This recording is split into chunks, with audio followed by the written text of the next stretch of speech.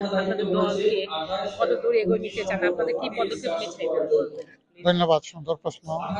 আপনারা আজকে জানেন আপনার শহীদ রাষ্ট্রপতি জিয়াউর রহমানের ৭৯তম জন্মবার্ষিকী। এই উনার জন্মদিনে উনার আত্মারা উনি আমাদের মাঝে নাই। আল্লাহ পাক রব্বুল আলামিনের কাছে দোয়া করি আল্লাহ যেন ওনাকে জান্নাতুল ফেরদৌস নসিব করেন। সেই সাথে উনি আপনি জানেন উনি আমাদের মাঝে নাই। ওনার একটা কর্মজীবন ছিল, উনি রাষ্ট্রীয় ব্যবস্থায় দায়িত্বে ছিলেন, দেশের শাসন করেছেন।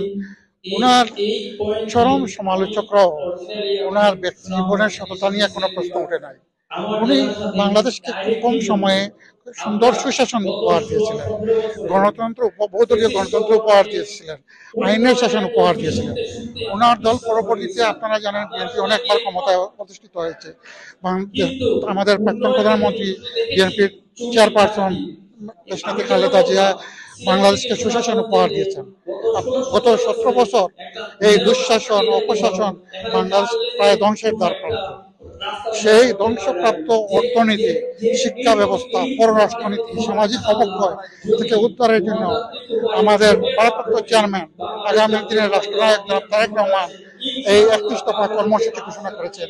সেই কর্মসূচিটা আমরা সাধারণ মানুষের কাছে পৌঁছে দেওয়ার লক্ষ্যে আজকের এই ব্যাপক আয়োজন।